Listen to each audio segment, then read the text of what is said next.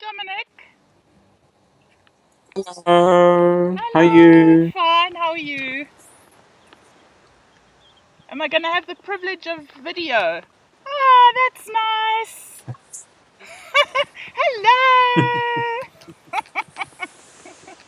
A young version of your father. You think so? A little bit. Maybe with a few extra quantum particles. A few more neutrinos, yeah, sure, lovely. So listen, I'm walking around in the vegetable garden trying to find a good place to sit. But I think I'll just sit here. This is as good as any place. Yeah, it's a nice background, nice background or something. Yeah. So I'm a woman in black with my Madiba cap and my sunglasses today. I hope you don't mind. It's just the mood. Okay, well, So Dominic, this is a test round in a way, but we'll still hopefully make it available for other people. Because I've been doing these YouTube interviews with people just to get to know a little bit about who they are, and also just to evolve the themes that have been coming up in my work. So I know that you supported me with the Soul Science seminar at Adam's Calendar, and there was a whole lot around rethinking our origins and looking into where it is, who it is that we really are, some of the themes of the goddess, themes of Kundalini. There were lots of themes. Karma, resolving old karma with the Anunnaki and various other ancient civilizations, putting old religious beliefs to sleep. So, in a way, it's like a wide open platform. So, I don't know, you want to just introduce yourself, since we're just having a playful and fun time this time. Just introduce yourself and say a bit about your work and anything you want on any of those topics. right. Right, well, I'm Dominic, and I suppose I call myself a karma coach or a karma mechanic. Used to do work as a computer technician before I started trying to see and I was very using intuition to find solutions, and then I started healing was around 8 years ago odd, but my story actually begins a little bit before that. I started having dreams of karma, going through old karmic memories when I was about 14, and it would work at night time, and I'd see everything from the dinosaurs till now, and a little bit about afterwards, but the galactic karma and stuff came a bit later. And I'd finished enough of my process to gain what they call Sahaja Samadhi, which is partial enlightenment. And I went through the process of cleaning my chakras, and at some point I got up and I kind of realized that I was in a different space, and I realized that I was in the causal state of consciousness, or at least I didn't call it that then, but I know now what it is. Causal being one of the planes of being, the sixth dimension or something like that, if you're looking at vertical dimensions of consciousness, although there are also brainwave states and things as well. So matter being matter wave or a particle, depending on how you see it. But it's where we can meet people from different parallel realities, and it's also a place where you can look at past lifetimes, you can look at books about people who've lived, you can look through the lifetime of famous figures or historical figures or spiritual leaders on this or other planets as well. You can order books and that kind of thing. And I was apprenticed to work at the reparations department for a little while. This is what I was doing while I was at school, finishing off the trick. I also had a very busy spiritual life, learning how to repair books and that kind of thing. Now you're talking about karmic books. Okay. You're talking about Akashic Record books, right? Yeah, believe it or not, some people sometimes come out to the records office, especially in Atlantis, and they used to put a mail or through books and say give bad luck to that person. They wanted to kill them or something. Yeah. So there's a lot of stuff. Sometimes not so much more, but in the past there was a lot more to repair.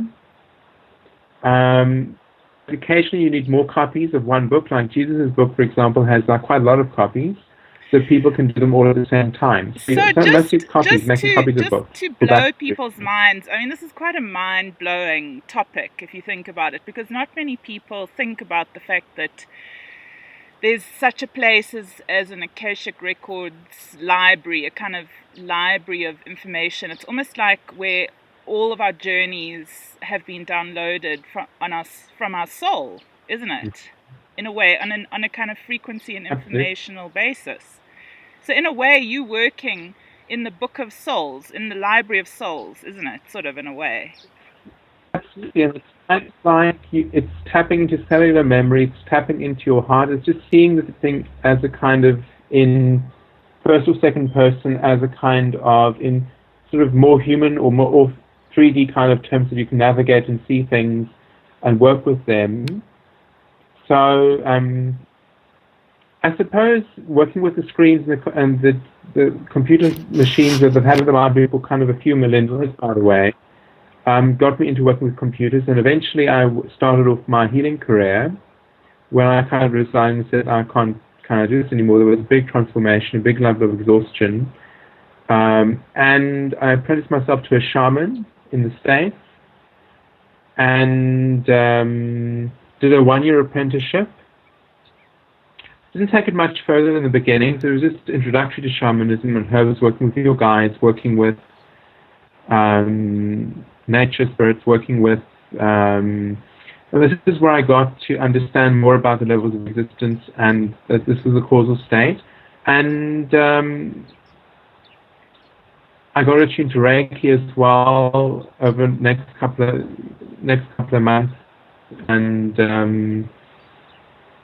got connection to the Green Ray, which was wonderful, and just started my own private, clearing all my own personal issues and helping with my karma, using the violet flame, all those sorts of things to try to process more. And I got into galactic lifetimes and all sorts of interesting things that people might think are kind of really far-fetched, but I witnessed this stuff, and it's in the library as well if people want to see it.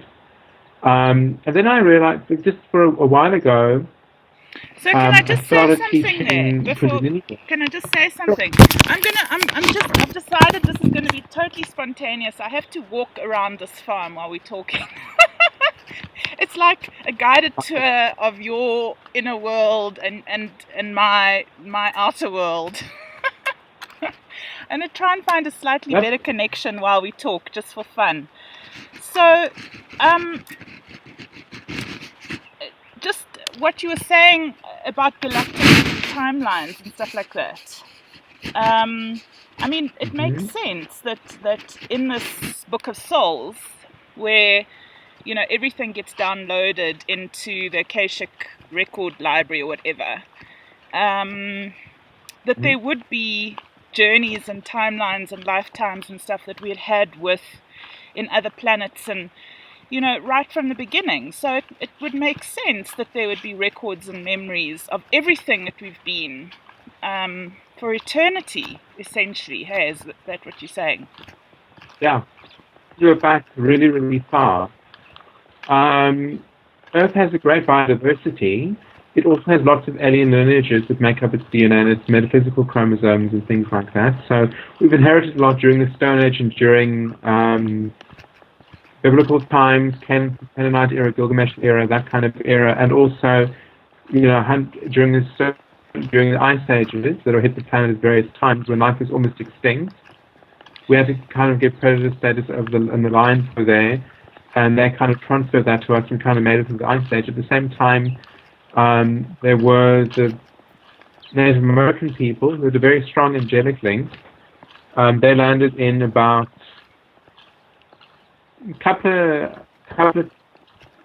almost 100,000 years ago, not quite, and they landed up in Asia, and they migrated down. When there was a land bridge between that continent and America, and they came down and essentially settled on the coastline, eventually moved, as the ice melted, moved into the interior of the country and into the canyons and everything else. And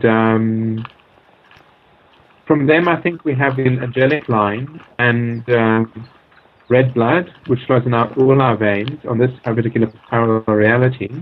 And that's a whole other topic we can speak about. Yes, it's well. so interesting. So there's so much to talk about. That's why I said we're going to do like one in 100 interviews. This is like the first of 100. So there's a few things. About this topic. Say again. So I started by trying to introduce myself, and I'm trying to kind of, talk about these different topics just a little bit in a nutshell. So I just want to quickly say, there's been influence. If you look back, sure. I just want to ask you. So, do you help people retrieve memories of various lives? I mean, can you help them download who they were before and depending, I suppose, how far back they want to go? Yes. And how many lives, I mean, how many lives can a person generally remember?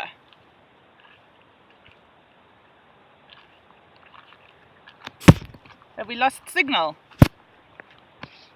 No, you've got a point. There is a limit, but it stores it in your nadis, which is a part of your etheric body. There is an upper limit to how much you can store in your body, and generally your higher self or your part of your soul that stays in the heavenly realm or the spiritual realm will carry the bulk of it. But your human body can store only so much. And sometimes at the library, they can store quite a lot because you've got like 1 trillion cells in your body, and they're each carrying data, and they can carry quite a lot.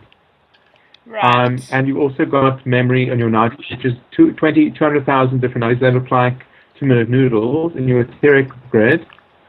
And then you've got the books of the library, which is back up in the main frame, and it's all backed up, and it goes back to the data care center in heaven, which stores all the memory for all souls everywhere. And we just downloaded for the Earth Library a certain portion of that. As we need it, and sometimes in the local Andromeda and galaxies and things, you can withdraw stuff from the data care center in heaven. If you want to pick up a book for somebody, a whale lifetime from Andromeda, for example, or something like that, the most sea creatures and things there. At one point they were mostly physical, then they started kind of just being on the causal, and things shifted in their planets. Sometimes it became impossible to inhabit because of climatic changes and things like that. But for those who had lifetimes in Andromeda, it is in a local group of galaxies. There are about 30. I'd say I'll be familiar with most of the things in the local group, and then sometimes there'll be a lifetime from long ago that somebody needs to witness to resolve a karmic band, in which case I'll help them establish communication with that library, and there are links between each of the libraries and the different planets. So what is a karmic band? A karmic band is a link that you have with another individual or another being that you can work on when both parties are incarnated somewhere. This is the place. This is where we work in material reality. We work at resolving karma. You can do your chakras in heaven. I figured that much out, and you can help other people with their chakras by helping them move the Shakti energy through them. But the karmic bands are things you've got to do on your own. And to do the karmic bands, it's kind of like a representation or a link of your relationships with a certain person. Generally, you pick your parents and your genetic structure, you pick how you look, and you say, okay, you're going to pick the parents who you have karmic bands so that you can each both nurture each other without being aware, starting off a blank slate, not being aware that you've actually murdered each other, it might have been lovers, it might have been any different things. It's a bloody nightmare. The karmic band stores the knowledge of what is ultimately, what is you've been through with this person. And when I look through relationships, sometimes I take people and we look in their content, we see the different people they're going to have, and they sometimes make their husbands and soulmates more attractive than they usually are by themselves, just so that they get married to the guy, because unfortunately they've had very difficult times in the past. And then sometimes I show people a little bit of history. We go through a couple of books and we see what kind of items have they had with this person up till now. Platonic sexual relationships, was it abusive ones, and it depends, and you just go back through you go back to say 10 or 12, or depending on how much time you have to go through it with them, they kind of get a sense of where that relationship has been, and then they can get to a sense of, okay, I now understand the background for why I'm struggling with this person today, why these issues are still here, and they can hopefully move into a space where both souls and the higher self and the utmost can talk to each other, as in a traditional family constellation, and forgive and honor the parents no matter what they did to them, even if it was really difficult and it was an abusive situation or something like that. And they get to a point where they can forgive, and that you can actually visibly see that band, or that comic band, which is normally yellow. You can see it reducing. Wow. And you can, when a small band, you can see that just forgiveness from both sides is enough to actually take it away, so that you can have a karmic-free relationship with that individual. You won't be meeting them again in a different guise. Wow, that's amazing. Yeah. So there's a lot to talk about, and I'll just mention some of the things so we can pick it up in the next thread of conversation. But the one is, how the brain is designed to download things, and how we can perceive information non-locally. We don't physically, have to be there. And all various, like how information is at different frequencies, how consciousness is coded with information in different frequencies. And then there's the whole concept of parallel lives as well. So there's really a lot to talk about in describing your work, isn't there? I guess so. It's taken a while for me to get a handle on everything. I work with people's inner children. Sometimes, depending on what the client is, sometimes it could be a healing session on the etheric body, their grid, and their astral body, helping them cleanse emotions, lift up suppressed emotions from their meridian system, that kind of thing, a simple healing session. Or I take them there just so that they can gain confidence in accessing the state of causality, because this is where you realize about how your actions impact on your life and the lives of others. When I talk about some of the services of the Akashic Records are a future room where you're able to look at possible timelines, and you're able to see what happens if I make this choice or that choice or the next choice, what happens, what are the implications given that everybody else is making certain choices. And somehow it's almost like a quantum processing that happens. Like with a quantum computer, it processes everything else and it leaves the answer out, and that's the answer that you need. That's more or less it works in a quantum way. They're different. It's a different frequency altogether. What I wanted to talk about was to gain access to this causal state of consciousness. You need a certain lens in your third eye, which I call the library lens. It's kind of like it exists on the etheric level, not made of crystal or glass. It's another kind of material substance that has a certain picture or diagram on it, and that works with your third eye. So you actually have space for 78 lenses, 78 different ways of perceiving information. One for remote viewing, one for seeing the lower astral, seeing angels, or the upper astral or lower astral and the mid astral, seeing angels around you, or seeing lower instructions like, for example, a book prepared from the library that's been downloaded onto the etheric or the astral plane for you to work with in physical 3D space. You can see it's kind of superimposed. This kind of viewing will also give you viewing of auric fields of the emotional field. You'll see the colors rotating around the person, that kind of thing. There's a mental lens that allows you to see the thought bubbles around people, or you talk about mental frames that have that you can either feel inside your body, inside your head, or you can move them outside of your body. I tend to hang mine up on the wall and portraits and things next to paintings, so I know where they are. And they might be showing me things about the galaxy, about my clients or my students, or they might be showing me things about the angel work that I do and helping the angels get to where they're meant to get to, so helping them with duty rosters and delegation type of work. So it's always very much quite a lot of activity around me. But there's a lens for that. There's a lens for extrovert or introverted looking at different things. You can have different combinations of these lenses. So you could have one that sees music. Quite an interesting example of a life book that's interesting in exploring is Beethoven's life, because as he lost his hearing, he gained the vision to see what sound the music will sound in vision, which is actually quite a beautiful thing.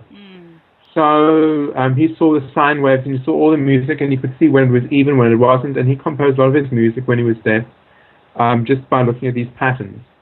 There's a way you can actually combine this lens with, you can make different combinations of these lenses. There are about 5,555 different combinations, well, different types of lenses, and then you get the different combinations of each lens. It's actually infinitely vast. You could have a library lens that's also able to see the vibrations. So when people talk to you at the library, you can see the vibrations as, the sound waves as colors, which is interesting. Or you could have an upper mental remote viewing eye, for example. Now, the remote viewing eye allows you to see things at a distance, viewing other people, other realities, or whatever you're looking at. Similar to how frames work, but you could have an upper mental remote viewing eye, which means that when you remote view someone, instead of just seeing the physical detail, you'll see the thought bubbles around their head as well. So it's for humans, you have about a Can I just interrupt you there for a second? Because it's quite a lot to take in. And I'm still trying to find a comfortable place to put my computer. Hope you enjoyed the journey of the farm. Dominic, this whole idea of different lenses is such a fascinating one. And the reason why I'm just slowing you down for a second is that I think it will help people to integrate a little bit by having a dialogue between us about these things. What I understood, consciousness and the nature of reality is all around us. It's not in our brains, it's not found in our body, but our brain is the thing that can help us download it. So the brain is kind of like the computer that sort of, helps to create the visuals and stuff like that. And that it's an interesting topic as to how people can see with different eyes. Like there's energetic bodies. Absolutely. There's not just, you don't actually just see with your physical eyes, you've got different energy bodies. So we, at the school that I go to, would say that you develop eyes in your different energy bodies. So in other words, if you've got an infrared energy, according to the many frequencies of light, so we've got energy bodies sitting inside of us, collapsed like those dolls within dolls. And each one of those bodies can learn to see if you start to use them, and they perceive information on that level of frequency that they're vibrating in. Is that accurate? I'd say so, because you need to reach, it's like tuning a radio. There are different radio stations to choose from, and if you just tweak the button to, just turn the button and you find white noise or, sound, they call white noise, and then you move into a station, suddenly it's crystal clear and you can hear music or you can hear different things happening. It's much like that with vision. It's almost like using your mind as a transducer, not your mind, your intellect, rather. We'll talk about the mind later on, but that's quite an interesting topic when we talk about the mental body at some point. That's a whole another tangent. But just to keep it in a nutshell, I want to say that when you use your intellect, you can use it as a transducer to tap into different ways, different states of consciousness, and then vision will depend on which lens is present in your eye at that time. I found people, which is kind of interesting related to what you said, I found some people who don't dream in color, they dream in black and white. Some people dream in color, some people dream in black and white, and I found that with them, they weren't so visual, but when they had visions, it was in black and white too. Wow. The brain does have a role in processing the pictures. And I found that as I was going with meditation, helping her deepen her brainwave state, she reported sometimes, and I had her guides were helping with dreams, she reported after the Kundalini awakening, everything else, and as it went down over the months, she started reporting seeing things in color. Wow. In her dreams. So she's a fashion designer, and she had full color of the dresses, and everything else was black and white. And it just started very simply like that, and now she's dreaming in partial colors, and her vision is also, it's processed through the brain as well, so we know it's sort of limited by the brain too. But it's just very interesting that now suddenly she's starting to see things in color a little bit more than she used to. Visualize a lot more than she used to. So it's a kind of learning that the brain can actually kind of plug into this, and you can gradually learn this kind of ability. That was just one interesting kind of case scenario, and it's so vast. I mean, it's like this inner world, this inner infinity that exists that, you know, so many people have barely even tapped into. And, you know, I think when people talk about awakening, I think to a large extent it's awakening to these kinds of realities. You know, the fact that we're not just our physical body and we don't just exist here and in this life. There's this infinite reality. We just have to close our eyes and journey within and try and figure out all these internal codes of who we really are. Who do you think we really are, Dominic? You know what? It sounds really corny and kind of trite, but I'd say we are made up of love and light. So we've got a part of source within us, and possibly sources if you need to bring in a feminine counterpart as well, which I think you can. It's like the sun and the moon, the platinum and the gold being the sun and the moon being silver. To use an example that makes it kind of tangible and more abstract concept, more tangible. We've all got a component of love and light in us. As a soul, if you look at soul biology, soul and spirit biology, it's actually quite complicated. Because they each have chakras, and then you also have different components of the soul and the spirit and the spiritual body. And much like, you know, human anatomy is actually quite a complicated thing too by itself. So, in a way, ultimately what we get down to is we get down to particles that we know as neutrinos, which carry information. They're pretty quick. They're faster than light. They're faster than a lot of things. So you're talking quantum physics here in a way. You're talking about us as... If we look at, it's kind of like there's a macrocosm and the microcosm. So when you talk about exploring the inner world, it is so vast, because if you look at the cells and then you watch them divide with your cellular eye, or your eye that takes x-rays of hands and things, if you're a healer, it's very useful kinds of things to have. And you use that lens to look at you can look at the atoms, and it goes deeper than the atoms, goes into quarks, it goes onto the cones, it goes into the lotads, it goes down into inverted cones, I forget what the name is for that.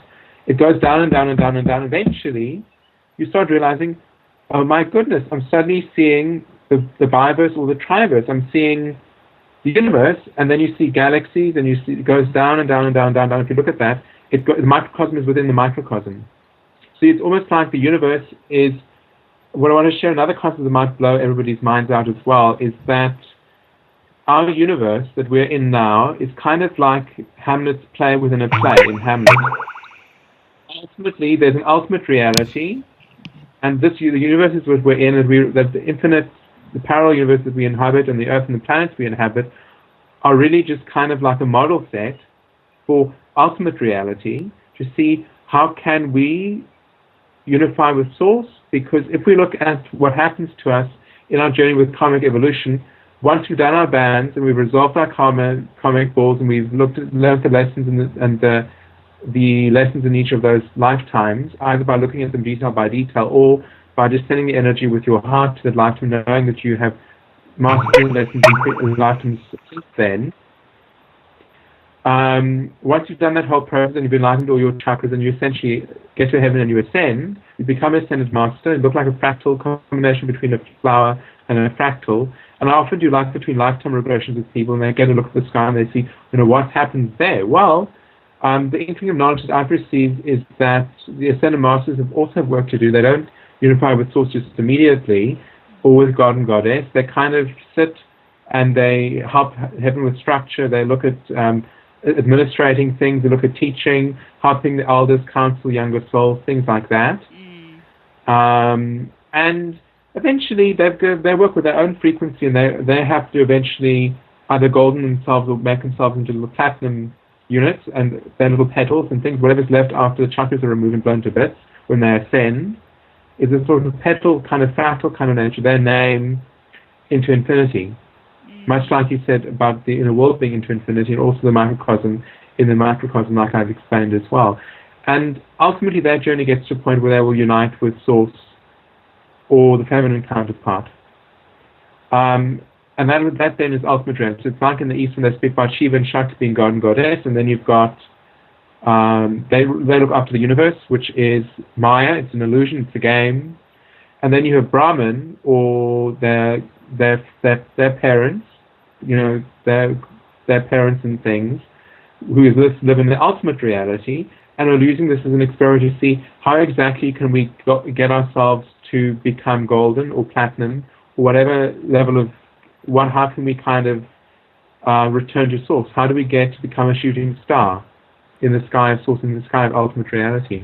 So it's kind of like Source is having an adventure through us of knowing itself, you could say, in different various combinations of impossibilities. Let's see if we can totally forget ourselves and then remember who we are. Remember that you are loved, and you remember your soul name, and you demonstrate that you now understand who you are. It's quite a journey, but they're having experiences too.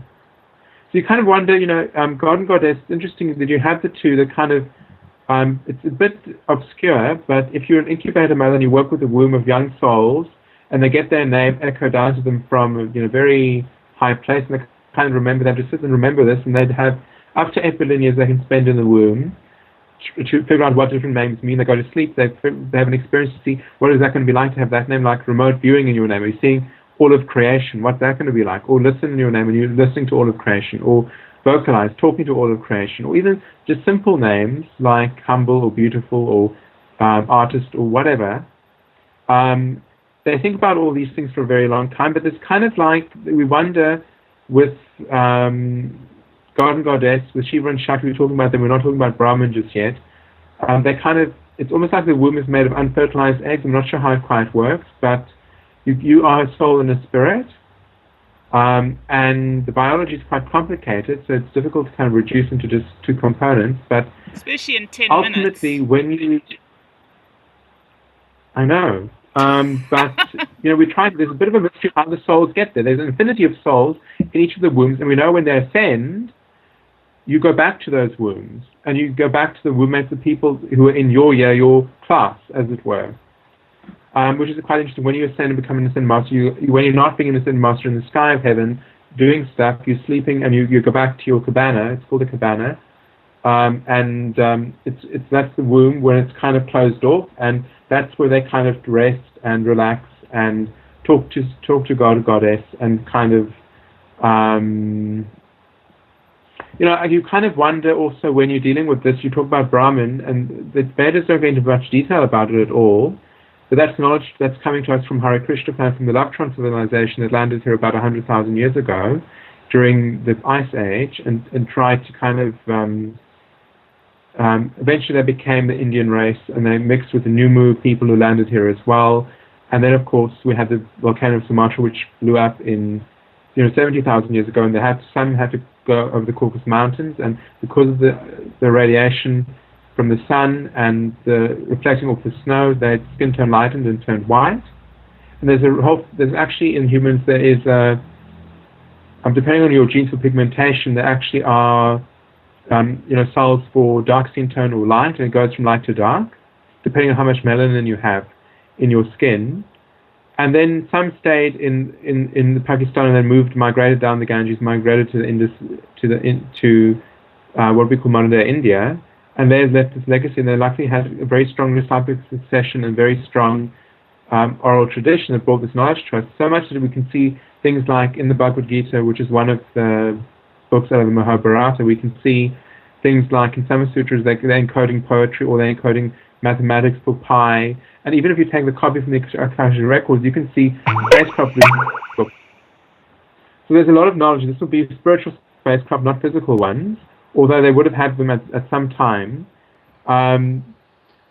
So we have all of this wealth of genetic knowledge and history that comes into us. At the same time, if we look at Brahman, what I wanted to say was there could be a whole line of ancestors of gods that have come and gone, live their day with the universe, come and gone, and they're trying to figure out this thing about uniting back with Source, and kind of wonder, because all situations you start with a mother and a father, and there's always these cycles like that. It would kind of make sense that there would be a family of some sort. This is just maybe out there a little bit. It's probably not accepted by a lot of people, but no, it's very interesting, and I know that we're gonna have to wrap up in a few minutes, but we'll definitely take this conversation forward, because I want to try and summarize, if I can, something of what we said today. But this is all of this is are amazing topics, and the idea of ascending in one realm, to go on and evolve in another realm, as a God, a God realized being, and how we have gods here in this realm which get to a certain level, and then we have the ancient ones who have gone before us, millions and billions of years ahead of us. So that in itself is beautiful, and it does speak to the expanse of what it is that we're dealing with here. It's amazing. When I ask people and they want to know about God realization and that kind of thing, I'm saying, it's a journey. It is a journey, and it's such a fascinating journey. And they want it so much. You have to almost be non-attached about some of these things, and then you receive them as you manifest things easier that way. But so I just want to make a quick point about that. Sure. Is that often people think that in order to be spiritual, I think maybe the point is that the nature of being spiritual, I think, has changed. I think we're going into a different phase where we've just come out of this age of, the Piscean age, where, being spiritual became tainted with Christianity, of being good and all of that, being good and nice and sweet. And I think that those qualities are important, but I think that true enlightenment, which is, I know what you wanted to share a little bit on, doesn't necessarily come through nice or good or sweet experiences. Sometimes it can be a deeply traumatic and shocking. When you get down to it, I mentor, and I said I was a karmic coach in the beginning. I mentor people. Currently, I've got about 68 students that I'm mentoring, and they're all finishing up in the next 6 months. 4 months, 3 months, 4 months, 6 months. They're all finishing up in the next 6 months. And they'll have achieved their golden halo. Some have had their higher self integrate into them, which was very difficult. I've been working with some of them to integrate fractured parts of their personality. With others, I've been working with helping them come to terms with abuse, starting up in very orthodox environment, or from Catholicism or or to Mormonism, and then they wake up as a healer, and then they're awakening. They get to 600 hertz in the brain, and the frequency gets to 600 hertz, and you awaken to spirituality, and you realize, what is all this stuff? And you've got to process all of that stuff. But I'm here to be this sort of committed listener, soundboard, life coach, to try to see, what can we change? What are the dreams saying? Interpreting the dreams. What's happening in subconscious? To clarify all of that with the person, so that they can become enlightened. It doesn't happen to everybody in quite the same way. Like they say, before enlightenment, clean the temple. After enlightenment, clean the temple. It doesn't mean you're suddenly a god and you have all these wonderful exalted skills and things. On different levels of consciousness, you kind of actually realize that. But on this planet at this time, on this particular dimension of the planet, it's very, very dense. Gravity is quite a strong force. It's very difficult to kind of lift it out and work with it and like levitate, return invisible, and do all these kinds of things that we associate with enlightened beings. But really, it's about gaining seniority in your own intellect, in your own mind, losing the mind completely, really. And that's quite a scary process for a lot of left-brain people. But I do this with them, and I say, it's time now for me to take your mind out. And they kind of say, well, what am I going to be able to do? And I said, no, well, it's fine. Don't worry. I've had billions of years without a mind. I'm still going strong. I think, there's so many concepts to learn along this journey, because at my school, we talk about the mind as the product of your thoughts on the brain. So in other words, if you've got a great mind, you've had great thoughts in your life, and you've expanded yourself, and your mind is kind of your product of your reality. So when people say lose your mind, I think in some ways it's almost like lose your old mind and get a new mind, because you've been prepared to go into the void and just have a brand new experience. And out of that evolves a new mind, essentially. Yeah, to see the process, basically what happens with people, especially some students that I've got that are now working at the Akashic Records in either dream department or working in reparation, I've shown them with the mind gets in the way. And so you see, after all your lifetimes, you keep the same one in your throat chakra. It's like this grey fog mist. It's really not pleasant looking at all. It's not And wonderful. how you treated yourself, what thoughts you've had, lustful or vengeful or murderous or whatever, you programmed this thing over how many lifetimes? So why does it sit here in your throat? That's just where it is. You can recondition it. It's in the mental body, but it's linked to the throat chakra. That's so interesting. So speak your mind. Yeah, and it's like I've done this with somebody, and they were watching their chakras on the monitor at the library, and I said, it's time now to us to take the mind out, and I'm going to recondition. I'm going to briefly take it out for you, so you can feel what it feels like. And I'm going to carry your mind for a little while because I know how to carry it, and then I'm going to condition it with nice positive affirmations because they were getting lots of negative self-talk and stuff. They were really getting at a level where they could tune into it. Lots of negative stuff, languages, and all sorts of strange things. So I said, come now, it's fine. I'll talk to this mind. I'll recondition it with nice self-talk and positive affirmations. They said, fine. We did that for a while, but then they said, no, they got sick of all of that. They don't want any talking like that anymore. And I had to kind of say, okay, here's the deal. If you work at the library for a little while and you do this job, and your Atman wants to do the job with you, or they do it at night time, however it works, and you go up at night to do it, it's fine. We've got a way where you can actually either, if you want to, lose your old mind and restack it behind the glass frame at the library. And all the librarians are very proud when they hang up their mind and say they're happy, they read it from their heart, which is what you need to use to do library work. Anyway, so the story continues. If you want one, you can get another mind. It's not a problem. You actually do start generating a new mind, but the process is very, very slow. So it's not like you're going to have this terrible mind that you've pre-programmed with all this terrible stuff in all of your lifetimes, depending on how you've behaved. You can actually generate a new one. What you used to think with is the intellect, and the intellect is quite different. It's kind of like an epiphenomenon of your brain because it uses your whole body, all the nerve ganglion in your thymus gland, your endocrine glands, your pituitary gland, your adrenal glands, and so on and so forth, down your body that form the chakras. You have mental bubbles going around you all the time in the upper mental level of consciousness. You've got these mental bubbles. So you actually think with your human biofield, it's an epiphenomenon of the brain. And what's really fascinating is some guys in Russia are getting to the point where they can visualize this. There are a couple of people who have worked with a guy named Thornton Skeeter, for example, has worked on a microscope that can see a little bit of the auric layer of living specimens and things. And he's also worked in India to develop a camera that can see the auric field and looked at the chakra centers. They found evidence for at least 6 of the 7 chakras. We've actually got something close to 14 if we count in the high dimensional chakras that are galactic and so on and so forth, and also the Earth Star chakra that is 20 centimeters below our feet. So just to summarize all of that, you're welcome to interject here. I just want to say something, and then I know you have to go. You've got only an hour, so we can wrap up, shortly. But this whole idea of us having this mind field essentially that we're working with, that a lot of it is the accumulation of the past and how we can build up this new mind and all that sort of thing, and how a mind is a kind of an energetic and informational field that sits and can be accessed non-locally. So it ties into the remote viewing thing as well, and also constellations, because if somebody stands as a representative of someone else who's not in the room, it doesn't matter where they are. They can be in the Pleiades, you know what I mean? They can be dead. It doesn't matter where they are. You start to download, you access the informational field. You're actually probably even accessing the Akashic, the library.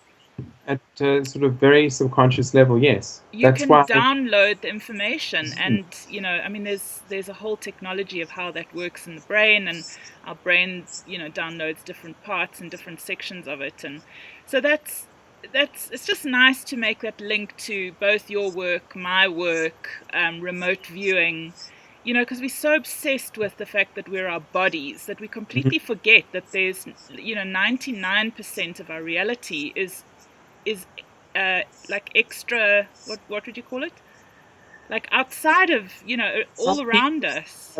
You realize that it's all processed inside your head. You realize when you go to sleep and your eyes shut down, you dream, you're processing the inner world quite a bit. When you wake up, you're observing what they call sort of objective reality. And it's interesting because it's all processed in your head. So you kind of have to wonder, yes, you can touch things and they're real, that's fine.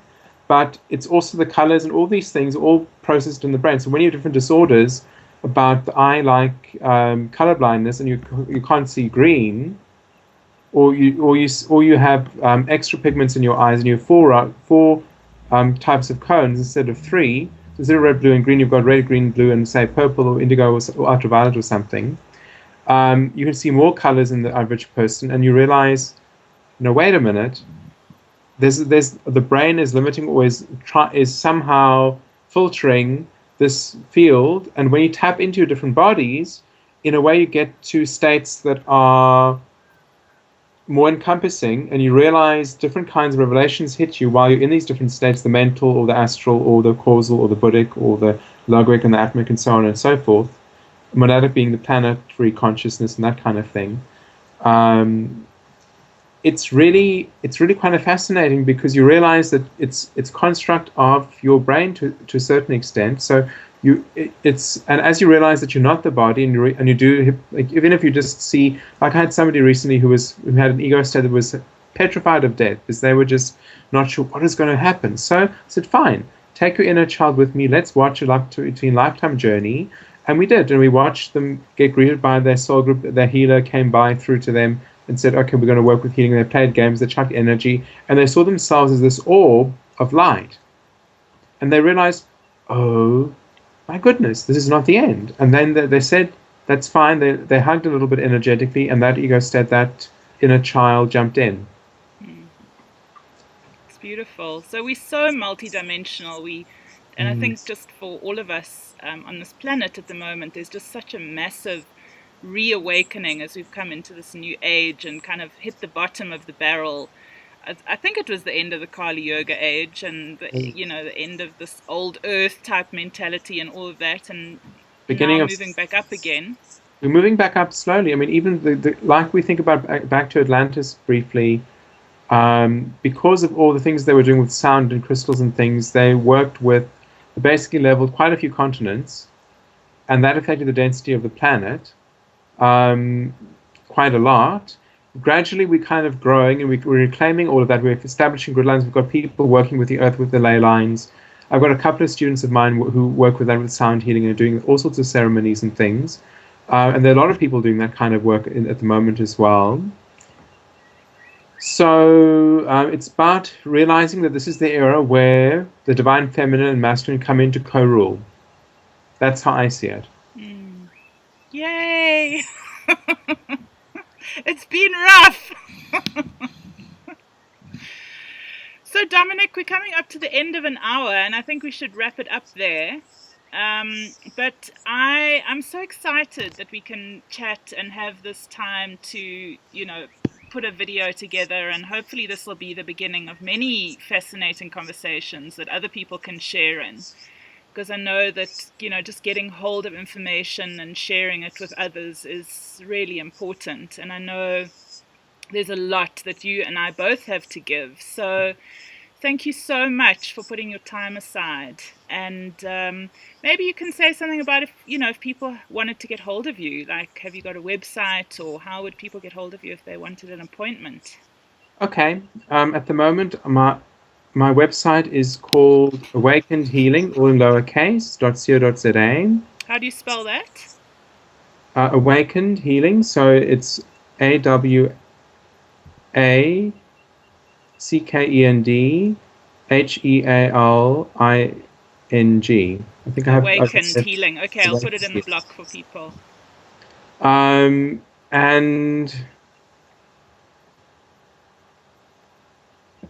I've got business cards and all sorts of different things. I can work by distance. I've got a number of clients internationally, and I've got some locally as well.